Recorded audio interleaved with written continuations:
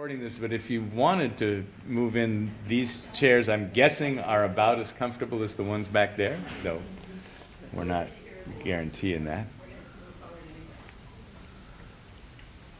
Beautiful. There we go. We'll just wait a few more minutes. Good. For those of us who are nearsighted, now I can actually see where you are. That's very helpful.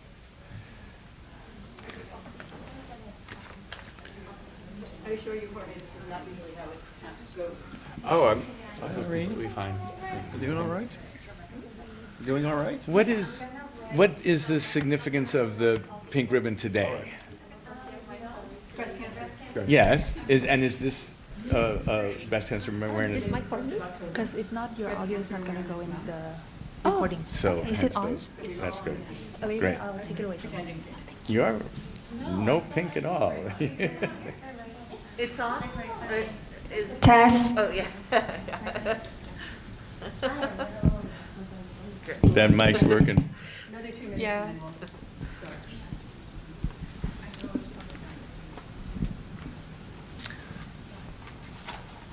Okay. We might as well just start. Oh, good. If you're the folks over here, if you're interested, come on in. That way we can see your. Look, I'm nearsighted. Come on in. Help me out here. Do me the favor. And we won't eat your salad. I promise. As good as that looks. That's great. That's great. Thank. One Thank row you, Melissa. forward. Appreciate it. And Joanna. I'm going to turn it over to you. Get started. All right, well, good afternoon. Welcome to all of you on Breast Cancer Awareness Day. My personal story with that is that my wife is a 20-year survivor of breast cancer, and so I'm grateful for that every day. My name is Robert Schaffner, and I am the Executive Director of the Agino School of Business here at Golden Gate University, now in our 123rd year. Yes. And we are in the business of educating adult learners. And today is an important topic that we're going to talk about, that being citizenship. So look forward to that. But I'm going to turn it over to Jeff to introduce yourself, and then Jorge will introduce himself. Oh, thank you, Robert. My name is Jeff Raz. It's great to be here again. I've gotten to be here in different settings, different times. I have worked for many years as a communications and leadership consultant in businesses, including the one across the street, Deloitte, which I was just talking about. And I also come from a performing arts background. So I've been a producer, a director, a playwright, and a performer. I've worked with Cirque du Soleil, and I've been on Broadway. I've done a bunch of other stuff that doesn't sound as cool, but we're going to go with those two as the lead. And I've been working, I started a group called Citizen Joy in January, back when, if you remember January, remember back, it was a little doom and gloomy. And the world of politics in this country felt like everything was doom and gloom. And I had a feeling that wasn't going to get us into the future nearly as well as something else might. And I was thinking a lot about democracy and how I don't think I understand democracy that well. It's just a thing. And I'm not sure if I love democracy, so if my job this year is to save democracy, I might not be doing that. And that's where this idea of citizen joy came in. Jorge, I'm going to invite you to introduce yourself. Thanks, Jeff. Is this okay? The volume. My name is Jorge Rivas. I am currently the Director of the Office of Civic Engagement and Immigrant Affairs for the City and County of San Francisco. Because we're in a university campus, I can mention my background in education. I went to undergrad at UC Berkeley, where I did urban studies, so city planning, and then I went to grad school at USC for a master's in urban planning. So my background has always been kind of very much in the realm and the space of public service and thinking about how cities and rural communities work and don't work, and how we can make them better to make sure that they're actually serving current community and also the future populations of those communities. I am a son of immigrants from Mexico. My parents are farm workers. I was born and raised in the Central Valley, near Los Baños, Merced County, and I've most of my career, except the kind of few years I did as a waiter in high school, have always been in kind of public service, working for government or nonprofits. So, yeah. That you're saying that being a waiter is not public service? It is. I just was checking. It is very much of a public service, but I think the employer was not necessarily in the public service space. That's great. Can you just tell us a little about your job right now, and then I'm going to ask you to say a little bit about citizenship, how that the idea of citizenship relates to you. But just tell us a little about your job. Of course. So, as the director of the Office of Civic Engagement and Immigrant Affairs, we hold, it's a small office, but mighty office in the city and county. Some of the various programs that we run we are responsible for language access compliance in the city. So thinking of all the city departments that serve community, so we work with them to make sure that they are providing their services in different languages in the city. Of course, I can get into the technicalities of like what are required languages, which are not, but we provide support to those departments and guidance to those departments to serve the broad range of communities in San Francisco. We also have a Dream SF Fellowship program where we ensure that students have access to professional opportunities regardless of their documentation status. So we partner with various CBOs in San Francisco that provide direct service. CBOs meaning community-based organizations that provide direct service to communities. So so we match them with a fellow, and they'll be in the fellowship program for 6 months to a year, and they are a paid fellowship program. So we find ways to make sure that they get a stipend and feel supported while they're going through their fellowship. And this is irregardless of their status in terms of citizenship. Exactly, regardless of their status, their documentation status. And how many different languages, like today, just before you all were here, Jorge's on the phone because it's going to be hot today. And so I think, okay, it's going to be hot. Don't wear your black pants. I mean, that's where I go. He dresses all in black, but he also has to deal with emergency services in how many languages? So how many languages are you going to be doing emergency services today? In addition to much of the other programs, but when it comes to language access, our Department of Emergency Management is responsible for activating what we call the Joint Information Center. And we, in my office, has to be available to translate any emergency information that needs to go out to the public. Any vital information needs to be translated in real time. So we already have a lot of information translated in preparation for today and tomorrow that are the 2 hottest days of the week. And also the hottest day in the 25, 28 years, I hear. So we are just getting prepared for what may come in terms of communicating with the public. In terms of the number of languages, we are currently only required to do English, Chinese, Spanish, and Tagalog or Filipino. But we normally do many more. We sometimes do up to 34, 35 languages, depending. So. And I think there's triple-digit languages spoken here in San Francisco. Robert, I'm going to come to you in a second, but could you just a sentence or two about personally citizenship, what that's been in your life or what that is, not in your work, but yourself? Yeah. So when I was doing some reflection about today's topic, I was just thinking about my parents and their journey, right?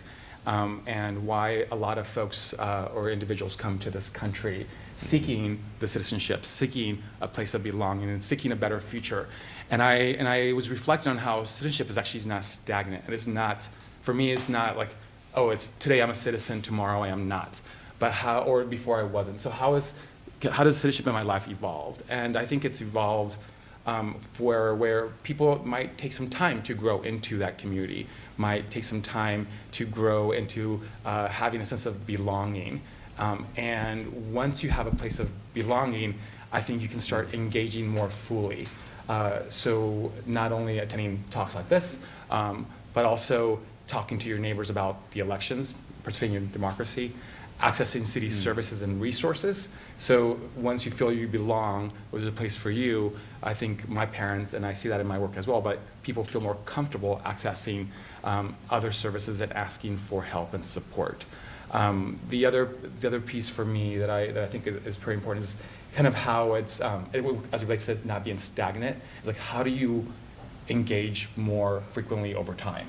So how do you become more of an active participant in your citizenship and your place of belonging in your community more frequently, more intensely over time?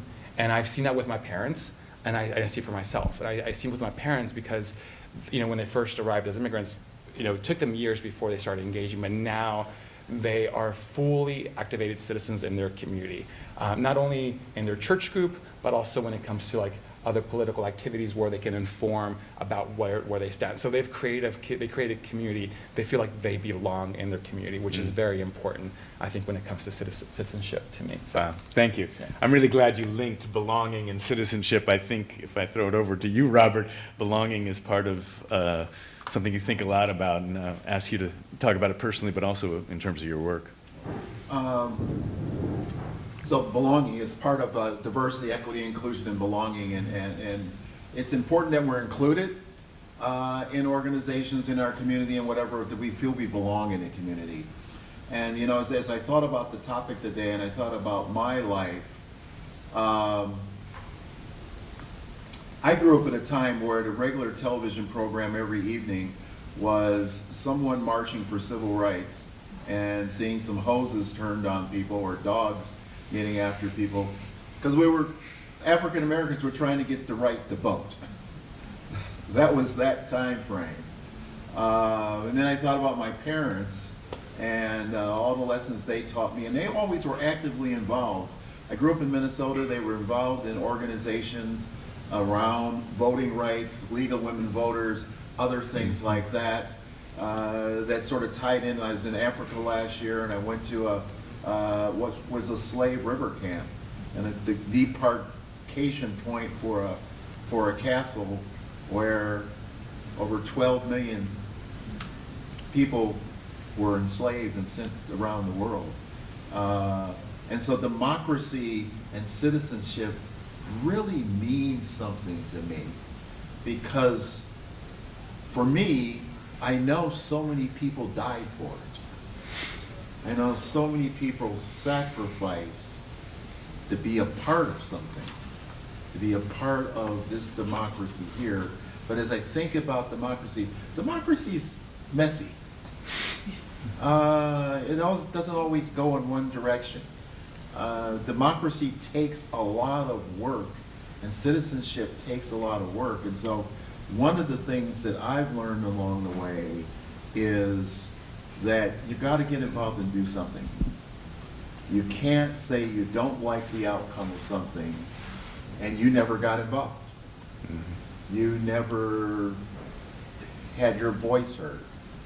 I'll talk a little bit today about that you have to, don't always expect that your elected officials who you put in office are going to do what you want them to do.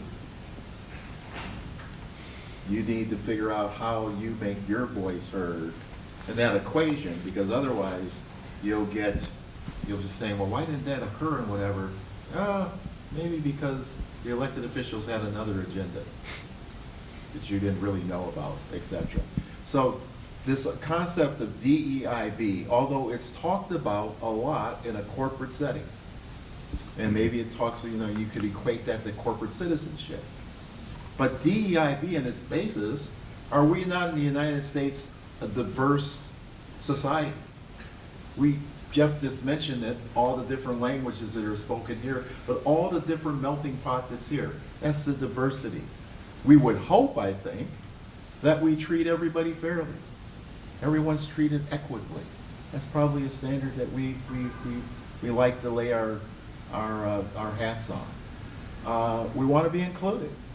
Can we include people, include all of us in decisions, and then do we belong? And so as we're at this point in time, we're 45 days out, something like that, out from one of the biggest elections of our lifetimes. Some fundamental questions are, how does everybody get included? How is everybody's voice heard? And how do we listen to each other to make this sometimes messy, squishy democracy and citizenship work for all of us. Messy and squishy. If you go to a party and it's perfect and clean, it may not be a great party. There's something good about it being messy and squishy. And this idea of your voice is heard, that's going to be the theme today. Right now we're talking, but I'm warning you that we're going to invite your voices into this in a moment. But I do want to invite Irene's voice in, if you would, talking a little bit personally about citizenship, for what that means to you in your life. Yes, thank you, Jeff, for this chance for me to share. So my name is Irene. I'm an operations coordinator working at the Gino School of Business. So my background is I was a F1 student here, coming here using the international student visa, and then I got married to my husband. He was a green card holder. And then during the process, I got it was a long process.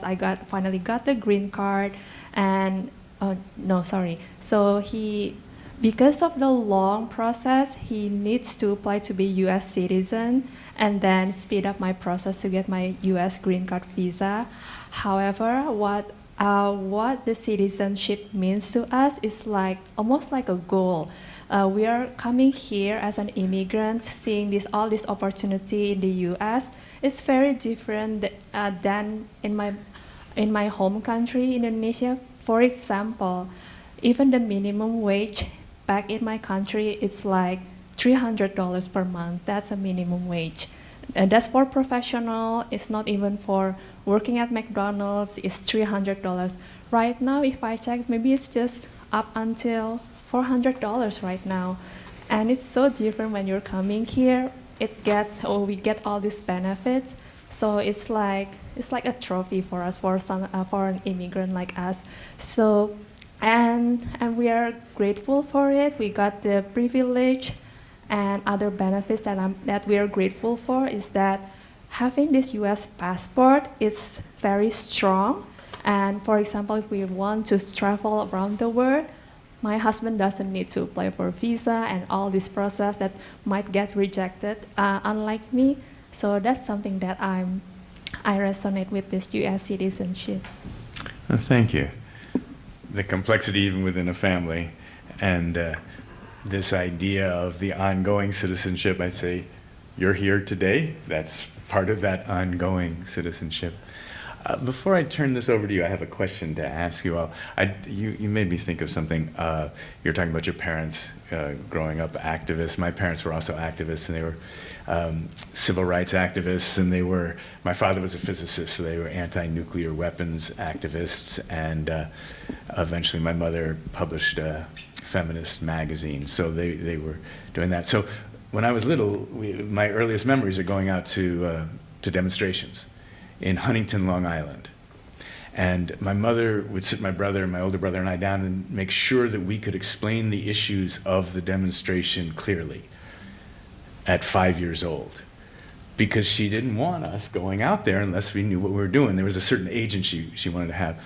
And one of the first I remember, in Huntington's a small town, and there was a little bit of green, it was a traffic circle, and we had a vigil with some signs, and a car came up and threw eggs at us. They were hard-boiled. And my mother picked them up, and we had egg salad for lunch. And there was something that just stuck in me. Then we were at the March on Washington, and my mom's walking with the two of us, and there's a lot of people there. You've, I'm sure, read about it. And there was a guy standing up on, and we were like walking in some narrow, it's just this one image, so I don't know where we were, but we were walking somewhere to get there, and there was maybe a 3-foot ledge, and there were two guys, I just remember one of them was blonde and skinny, and he looked right at me and my brother and said, "They're burning little white boys right around the corner." And my eyes got, my mom just grabbed and said, "He's lying." And I walked around the corner, and of course he was lying. It was a very valuable lesson. That guy might not have been telling you the truth. And then in Berkeley, we moved to Berkeley when I was in 6th grade, and by 8th grade in those days, you had to be in demonstrations or you just weren't cool. So in 8th grade, there was a demonstration, and we were going to meet a demonstration. We were over at Martin Luther King Jr. Junior High School, And you came for the good story here. That's just in time. And we were marching through Berkeley, and we were going down Oxford Street, and there was a National Guard unit there. But we were Berkeley kids, so we knew the National Guard were really scared. They weren't like the Alameda County sheriffs who would really beat you up. They were kids, and they were scared. And so they had guns, but they were saying, we felt all right. The march of the students from UC Berkeley starts to run down to meet us, and they freaked out. And someone gave an order, and they fired right into us. Now, luckily, they fired tear gas canisters. But a tear gas canister is very big. And I found out at that moment, even though I was terrible in gym, that I ran faster than anyone else. I found myself 2 blocks away down University Avenue, which gave me the other side. Sometimes they're not lying. Sometimes it's really what you see is what you get. The thing about, so that's my engagement, the ongoing with citizenship for myself. The question I want to invite you to talk with someone or someone's about, and I wrote it down, so I'm going to say it carefully. So it's from this, what does citizenship mean to you personally? Some answer to this, and I want to invite you to get, maybe if the two of you can find a way to talk, the two of you, and maybe the two of you and the two of you, and maybe you get to move away from the camera. Anyway, take about 3 minutes, just turn the chair around or move a little bit so you can talk to somebody and have a conversation. What does it mean to you? And I'm going to stop it in about 3 minutes, so don't go into as much detail as we did, but go into some detail. And maybe it's the three of you.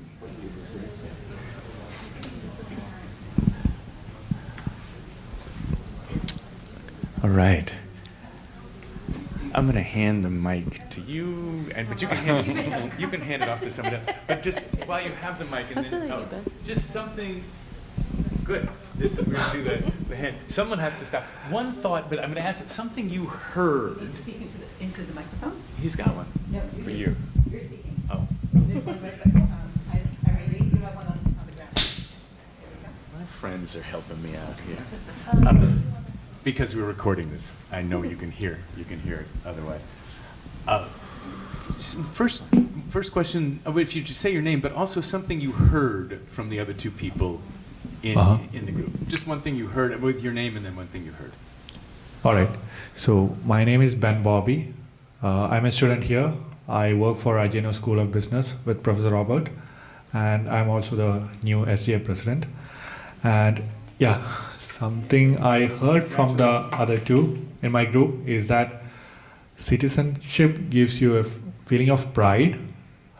Like, I could also relate to that, feeling pride in the history of the country. Like, when you have a sense of belonging to that particular country, you can take pride in the history or any of that aspects.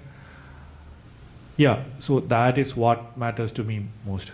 So there was a lot in that small sentence there. So pride and belonging are connected, and then you said a pride in a history. Yes. What is something in history that you personally feel connected to and take pride So in? you see, this country, there are a lot of people from so many different races, so many different places. Like, we all came together, and it's not that I'm an international student, I'm from India, but you can always feel like, I'm here right now, so I belong to this place. So I could take pride in that. I really love, thank you for those. I love that thought that you can choose to belong here, and you can choose to take pride in this history, which is not often. Often people kind of carry the history with them, and maybe not even a clear vision. I'll throw it to either or both of you. Any thoughts on pride in history? Because when you say that, in my mind, I think of some of the bad ways that pride in history can come out. And I think we can, I'm Jewish American, I can think of pride in certain histories that could be bad, and I can think into the future of pride in certain histories. Pride in history and belonging. Well, pride in history, it's interesting time right now. I mean, there are individuals in the United States right now that are actively trying to erase history. Well, let's rewrite history, and this didn't happen, that didn't happen, or it happened this way. Now, my major, I'm running a business school. My degree in undergrad, American history, American civilization, English, all the things that got you in the business. So history is important to me. And as you said that, I have a real pride in history of this country, but in particular history of my people in the country. So, you know, I have a real pride in my dad that he was in World War II and in the Red Ball Express. And the Red Ball Express supplied Patton's army as they went across Europe. I have a pride that he did that as an active. He was a master sergeant. He couldn't be an officer because he was black and he was too dark. So the top rank you could get as a non-commissioned officer was master sergeant. He mapped out the routes for D-Day in London. How long is it going to take to move all these millions of troops, to get them to boats, to get them overseas? And I think of my mother. World War II starts, and her history is that she was the first black woman hired at the phone company. Because up until that point in time, the phone company didn't hire black people, but they needed people. And she went in, did a fantastic job. But there's all those sort of stories you hear, that's history. And then you take a personal sort of pride in that. I think we all do. If I went around this room, all of you have some story about someone in your family, something that you connect with, that makes you feel that much closer to your country and your community. Because at the end of the day, you know you were a part of it. You helped build it. First of all, I love that you made the pride and the history. You chose pride there. You could have also chosen bitterness. You could say, I'm bitter because of the bad part. And you say, well, no, we're not going to go there. I'm going to recognize it, but that pride, so it's not a pride like this. It's a pride with eyes open. Thank you. Or I'm going to hold off on. You have No, I was just going to, I think especially the time that we're in right now, sometimes when we want to engage in our democracy or engage in being a good citizen or a citizen, we look back at our history and we denounce it, right? But I want to echo a little bit of like the sentiment that I feel like I'm feeling here, which is recognizing that the history in this country might not be perfect. It might not be the best, the cleanest. It's messy. There's a lot of conflict, a lot of complication that comes with our history as in this country. But I think it's about recognizing and moving forward and how we can be a good citizen or a citizen for the common good as we move forward. And yeah, that's what I think when I think of history, how it's messy, how it's hard sometimes to embrace all of it, but you take it and you lead with what you can do. So I like that idea of embracing all of it. Boy, you got quite a conversation started. Do you have one more thought before you pass that mic on? That's it. Thank you. Thank you. Why don't you pass that on? Something you heard or something that happened in your group, and we'll get around to everybody on this. Tiana, you're being sad. My name is Juliana. I also work for the Ageno School of Business as a program coordinator. I guess one of the things I always think about, something very similar that Irene said, was just I think of it as like a goal for, at least when my family talks about it, right? I'm Mexican American, first generation. So a lot of some of my older family members, they didn't have citizenship here, and I was sharing with them that one of my aunts, her process took like 20 years. I thought she's been a citizen the whole time, and a few years ago I find out she got her citizenship. So I guess that's how I tend to associate it. Yeah. 20 years is a long time to be in some version of limbo. We'll get back to, yes, please. Actually, I just want to react to that, because I think when it comes to being an immigrant to this country, there's a lot of like, that we want to hold on from our native country. At least that's what I hear from my parents. Like the application of applying for citizenship, the actual document you get in this country, if you will, to have that, you know, the right to vote and other privileges and rights, that process can be traumatic, because it's almost leaving your other country, your other culture behind, and you're embracing this one fully. And I think that's where that kind of delay sometimes can come from. And some, of course, there's always a complicated process. It can be, every individual has their own story, but I think there's something about holding on to where you're from, even if you're living here, that you still want to before you fully engage in your local community, in your local country. Well, and you just reminded me too, that issue with my aunt, hers took so long because of that, just process issues. Yeah. But my grandma is not a citizen for that exact reason, is she doesn't want to let go of her original heritage, where she came from. Although she loves it here and she's really happy, but yeah, she's avoided it for that exact reason. Yeah. That's great. Thank you for that. Why don't you pass it on? Something you heard or something you were thinking? Hi, And tell us your everybody. name, too. Sure, I'm Melissa McNair, Director of Accessible Education here. And some years past, I partnered with Language Access City and County San Francisco. So it's nice to see you.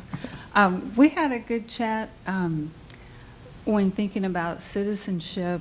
I had a light bulb moment. It's something that I really don't think about unless I'm filling out some paperwork. And are you a citizen? Or, you know, it doesn't really impact me the same way. You were born here. I was born here. Yeah, me My too, and parents were born here. I'm nodding my head So- because I don't. And so when having a conversation with Joanna, it's a completely different experience. You know, had I lived abroad or for an extensive time somewhere else, that would be an issue for me. So it was, you know, it made me think about, you know, when our grandparents say you have to walk in somebody else's shoes to really understand how that impacts them. So. Someone's calling for you to walk in the shoes right now. It's amazing. Thank you for that. And I definitely relate to that. You don't see it. If citizen is what you are, you just don't think about it. Yeah. And your name and the thought? Joanna. I work with the Career Center here. Yeah, so I'm an immigrant, right? And of course, it's a different experience. And one thing we discussed is, in my case, it has a lot to do with being included in a culture, for example. For example, here, I'm not a citizen. I don't feel like fully included because there are several things I can do. Or at least there are things in my daily life here, I do deal with this, right? Deal with situations where I am put into a situation where, it's clear that I'm not a citizen, right? So that I'm included, but until here, not fully included. So, and on the other hand, in my country, where I'm not there right now, I feel fully included, right? I feel I am a citizen. I feel very included in the culture there. So for me, it brings the culture aspect a lot. I don't know how much related it is, but and be included, right? I'm really glad coming from a world of art, which is culture. But what is something, give an example for those of us who might be the ones not including you here. What is a moment, a cultural moment, where you feel, I don't belong, that doesn't happen at home for you? Yeah, I can think about a specific thing, but I can think about, for example, going to places and being the only one that is from another country, for example, right? So that brings like a different experience, right?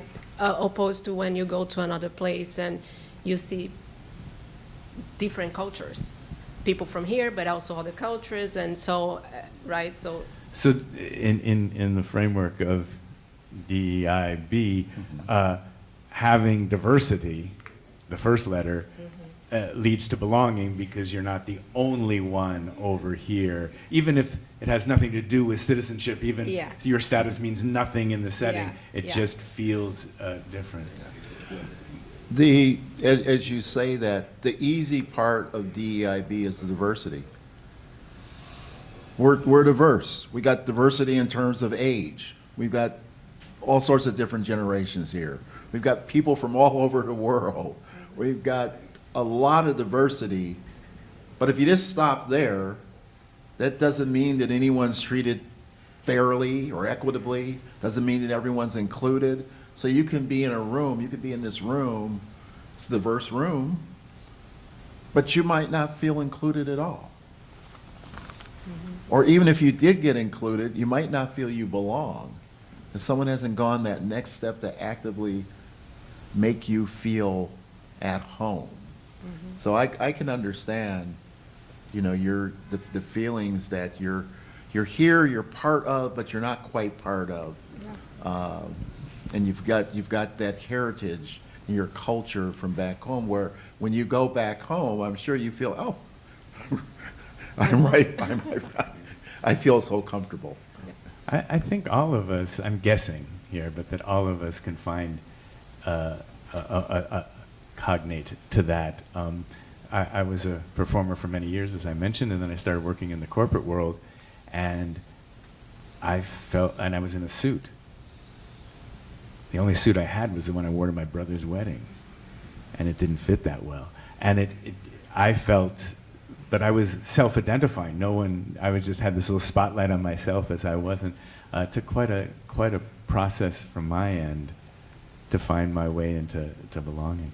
Thank you so much for that. Would you pass that mic on back? What's your name and a thought of your conversation? Hi, hello. My name is Emanuela. I work for the Juneau School of Business. As a daughter of 2 immigrants, citizenship was a huge word in my home. And 2 items that this conversation brought up for me while I was speaking with this lovely gentleman is surviving and balance. Surviving, I would say, is something I think about my father's story of my father and my mother's story of fleeing a war from Nicaragua.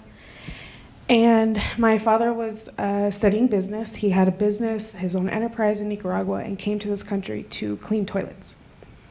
And studied and worked hard, and that was a constant theme in my house of the importance of education and surviving, and the sense of maybe insecurity of him, of being with his counterparts and experiencing microaggressions as he became a real estate broker, and maybe feeling that while his English was broken, he knew what he was talking about, and showing to people that he wasn't just his very ethnic last name. And the sense of balance of not feeling American enough, and then also not feeling Latino enough.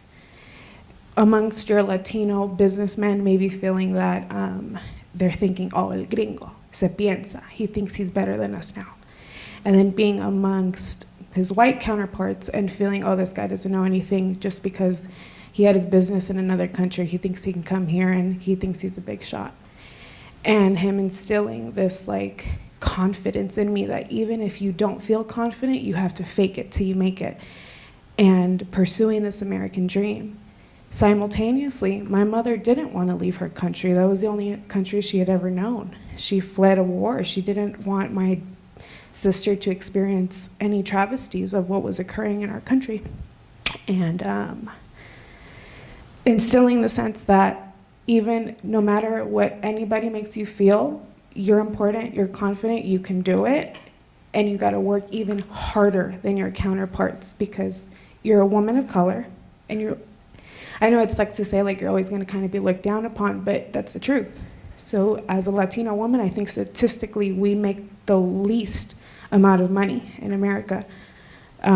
So just emphasizing education, and while you are a citizen, you always kind of have to work a little bit harder. So surviving and balance. Well, thank you for that. Boy, I can hear the pain in your voice and the emotions in your voice.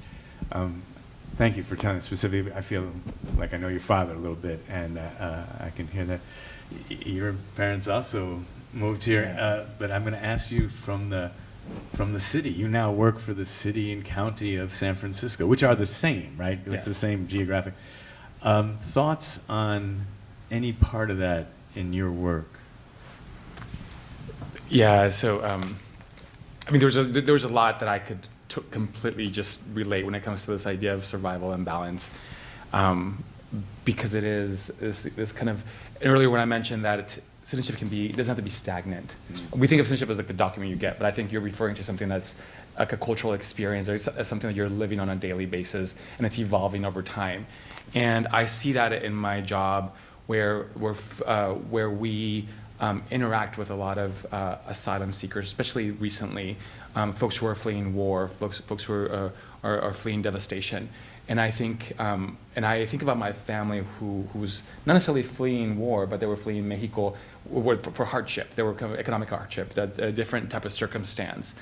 And what we are noticing now, what I was thinking is that folks who are coming to this country are coming for that better life, the better, more opportunities, escaping something that they do not, not that they want to leave, but they're being forced to leave, right?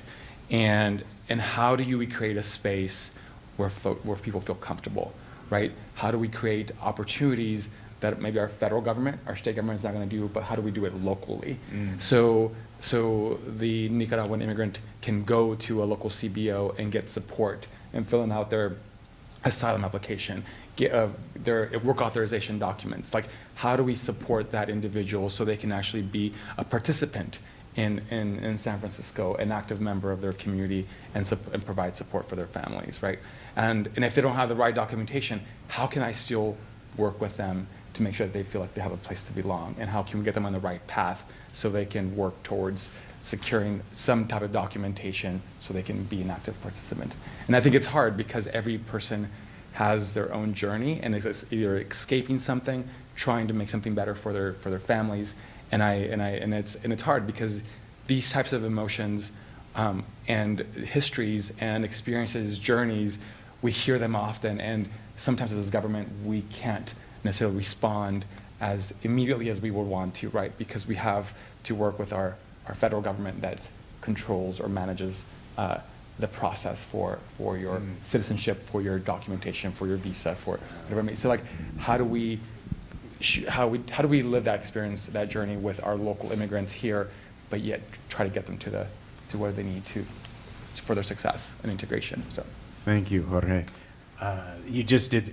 It's really interesting that there's a group called the Partnership for Public Service. They do a lot of work with the federal government, and they did a survey on the word government, and something like 75% of people assumed that was only the federal government. And I think I noticed with myself when I hear government, that's what I think. And you were saying, wait a second, we have at least 3 layers. In places where the county and the city is separate, you have 4 layers. Yeah. And the things you were talking about, some of them the government can't do. When there's sexism, when there's racism, when there's assumptions, the government can set rules, but in that moment they can't say you have to think this. But the local government can do some work that the national government, but then there's a tension, that there's a tension between those. Well, you brought up a lot. Thank you so much. Your name and some thoughts. Welcome. Let me just give you the framework. Hi. Nice to have you. I asked the question, everybody have a quick conversation with the people around them about what citizenship meant to them personally. And we're just getting some of the pretty amazing thoughts from those conversations. So that's where we are. My name is Stephen, and I'm not with the university. I'm just part of the community. Welcome. It's great to have you. So I guess what we discussed was kind of already mentioned, but one thing that stood out was immigrants that initially come here have it kind of difficult. You might not necessarily have the same profession as the country that you came from, so you kind of have to start from ground zero, just kind of start from the beginning. So that takes like a lot of dedication and hard work. And then also another thing is, I think we have it like kind of fortunate living in the Bay Area because it's a lot easier maybe being an immigrant here with how much diversity and how much culture there is versus like we discussed like living in the Midwest. And pretty much everything else was said. Have you lived outside of the Bay Area in the United States at any point? So I initially came here 6 years old from Macau. Our family moved to LA first, and we had a stint in Seattle and then to the Bay Area. So this is like the most diverse place that I've lived so far. From Macau with a fascinating history of 2 cultures merging for many, many generations. Yeah, it used to be a Portuguese colony, and now China has control. So it's a special place. Thank you for those thoughts. A thing that registered with me, because I was talking about the identity issues when I switched from being on a stage to being in a boardroom, but that was convenient and easy compared to somebody like your father, who goes from having a profession without the choice to go to a profession that probably didn't feel like who he was at that moment, and it didn't pay in the same realm, and all the things. It's not neutral. There's a judgment from yourself and from others that you certainly talked about. Thank you. My name is Mukul, and this is Andrea. And I came here because, for the same reason Andrea came here, which is that we were both part of Robert's class. A very good reason to come here. Right. On small business. Well, a theme that may have come through our conversation would be that in both cases we I as well, and Andrea maybe, come from countries which do not recognize dual citizenship, and that makes it a decision, because you have to give up one to take the other. So you're this idea that Jorge had, that taking the citizenship is losing that one. In both of your cases, it's a choice, and it's a big choice. Right. Because now you do not. My trainer is from China, and he chose citizenship here as not dual citizenship. And when he went back to visit, he couldn't get certain things that he was used to there. So anyway, keep going, please. So that is obviously a consideration, and in my case also it would involve all sorts of things if you were to give one up, because inheritance of property and bank accounts and all sorts of things get affected by your citizenship. So I've been fine. I've been living here since the year 2000. I never really thought about taking up citizenship. I just feel a part of everything. I'm fine with that. My story might be a little different, because when I was a child, my dad was a diplomat. He kept moving countries. So I've lived in many countries. I've loved them all, and always immersed myself in those countries, and knowing that I belong to none or all. That's so fascinating. I just apply the same thing while living here. I really love the cities. That's why I stayed. It's because of him. And I did have no intention of moving here. I just came to San Francisco on a holiday. I liked it, and I stayed. You were a tourist who we caught. We kept you. I think it's a common story. A lot of people have done that. that. Oh, that's good. This idea that your family was a diplomatic family, so you went places, but you made a choice. This is a choice like the choice of your pride in the history. You made a choice to say, I belong everywhere, which is a clear choice. I know there are people, certainly here in the United States, we call army brats, someone whose family travels in that way, or, well, Steve Kerr, the coach of the Warriors, his father was a diplomat as well.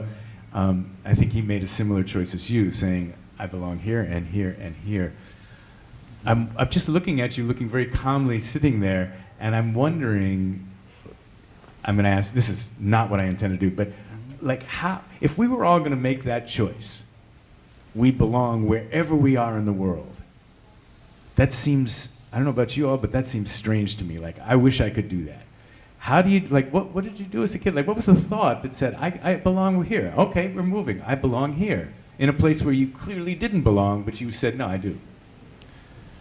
Well, firstly, you go to a school where everybody else is from the same background, because you can't go to another country and learn the language of that country and then study the textbooks in that language. So everything has to be in English. So there are embassy schools where you have to go. So this idea that you were saying about diversity can help you feel like you belong just because no one else has got an edge on you. It's not like they are all together and you're the odd one out. You're like everybody Everybody's else. an odd one out. Yeah. So the person sitting next to you will tell you they used to be in Peru before they came here, and the other one will say they were in Tokyo and so on. I think let's stop there. I just love this idea. I want to invite everyone to take this from here. We're all odd ones out. And that person sitting next to us who looks totally comfortable and they obviously are in is out too. Yes. Like we're all odd ones out. I really, it's the anti-inclusion, but it's true. Thank you. I really appreciate that. Let's get a last thought here. Yes, thank you. My name is Andrea.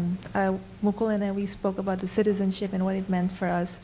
And to add to the dual citizenship, my husband and I, we made the conscious decision for him to keep for him to integrate as a U.S. citizen from Indonesian citizenship, and I keep my Indonesian citizenship.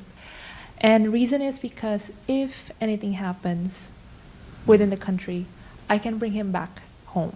I can open bank accounts, I can purchase assets, I can purchase a property because I'm an Indonesian citizenship. And everything here is rooted with the word safety for us. And him coming in from the background, like his family background, his mom and dad came to the U.S.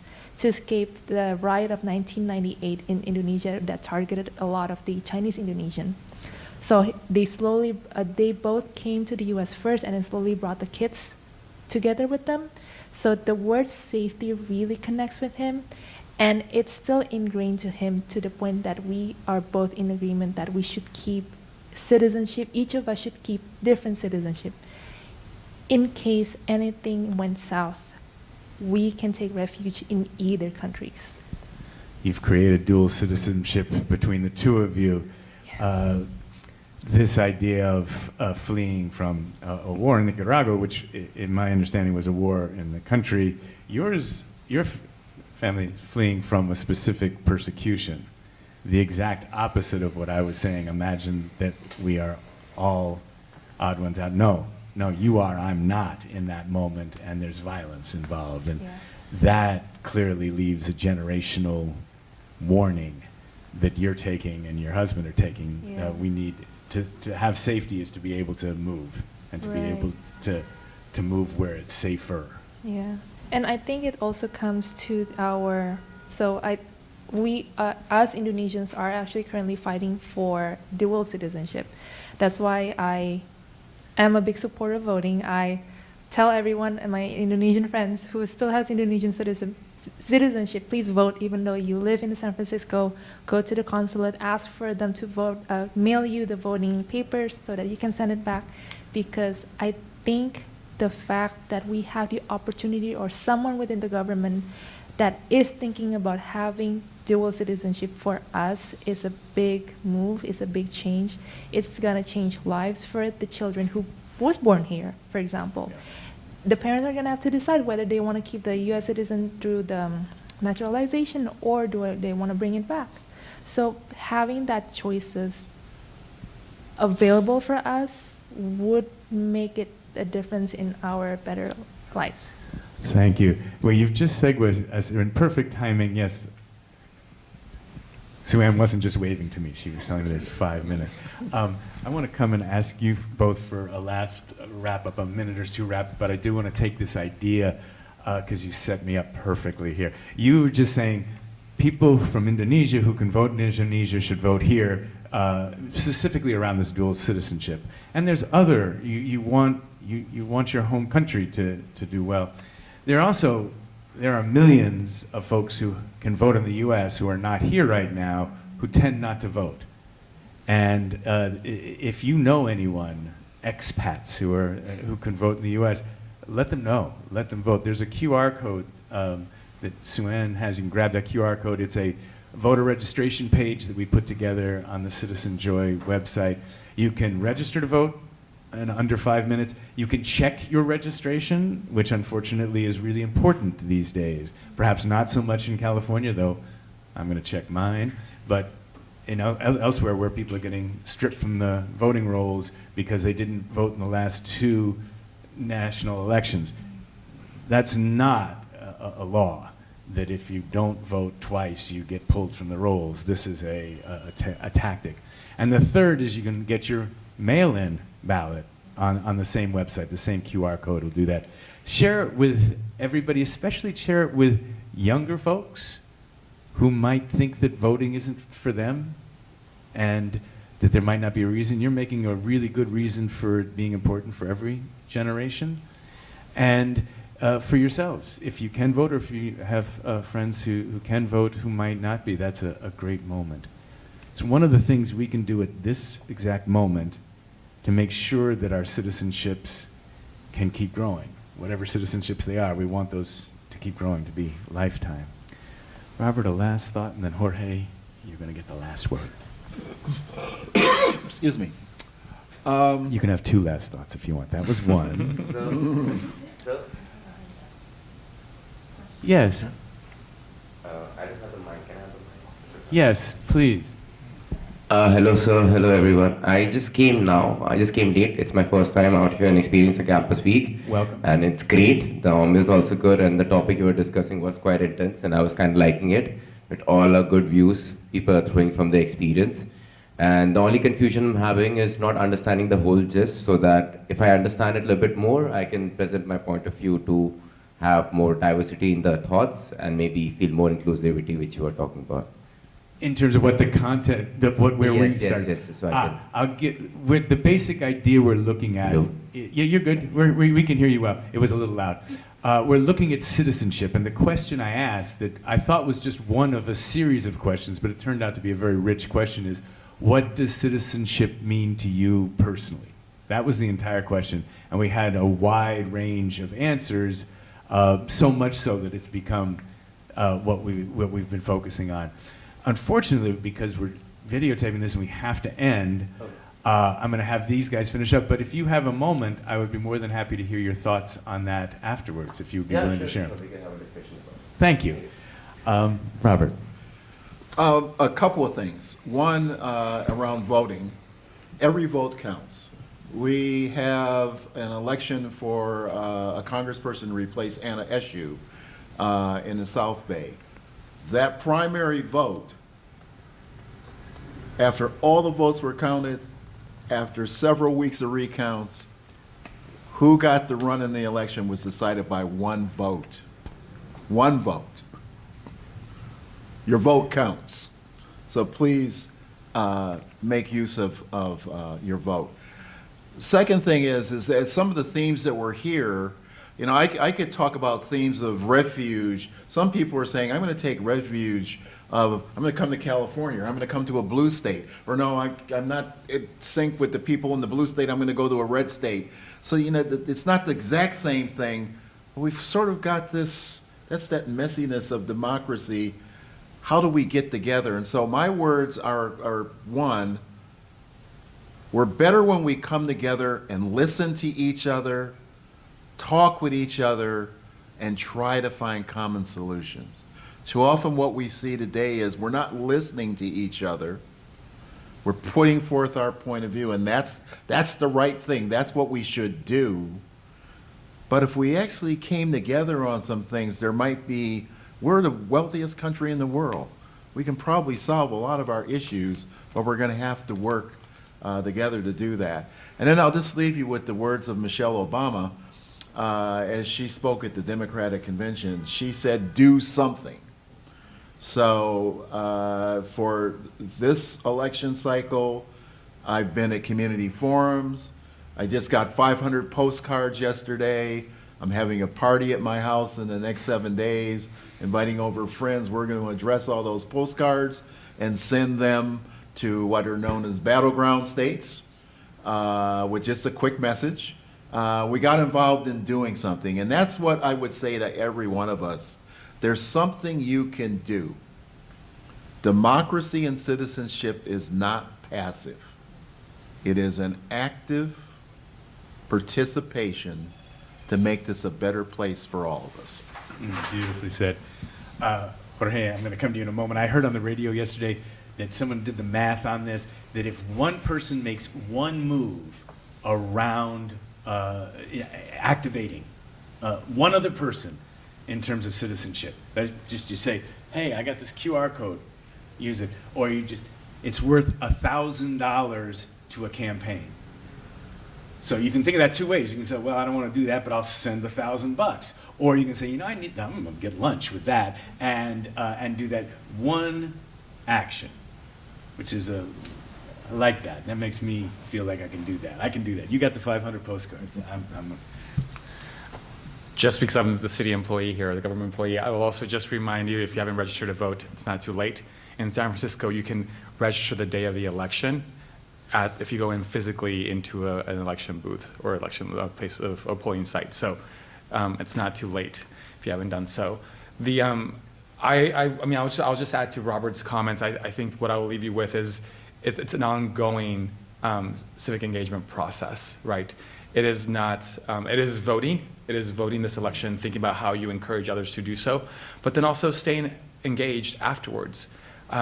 If the individuals elected to represent you are not the ones that you voted for, or if they are the ones who you voted for, still, write letters, emails to them, show up to a meeting, show up to a public forum, share your thoughts, because at times they may have a platform that they're running on, but sometimes you want them to work on your local park. Sometimes you want them to make sure that there's a clinic in your neighborhood, a coffee shop in your neighborhood. So go and encourage them so they can act on your behalf, and make sure that they share the vision for your neighborhood, for your community, for your family as well, and they're aware of it, because that's the only way they will act on it. If you are engaging with them. So. Thank you. Since we're in a business, I want to end with this thought. It occurred to me that we, as the electorate, those of us who vote here, we're like the board of directors of the country. We hire a C-suite, different levels, and then we ignore them. We forget their names. We don't hold them accountable for anything. If that was true in any corporation, I think you would agree, it wouldn't go well. So that's when you're talking about ongoing, okay, we get together, we're going to hire them. That's not the end of it. Then we come back and we talk to them. We go, hey, did you do that? So I invite you to have a little bit of citizen joy as we continue to hold those we elect accountable.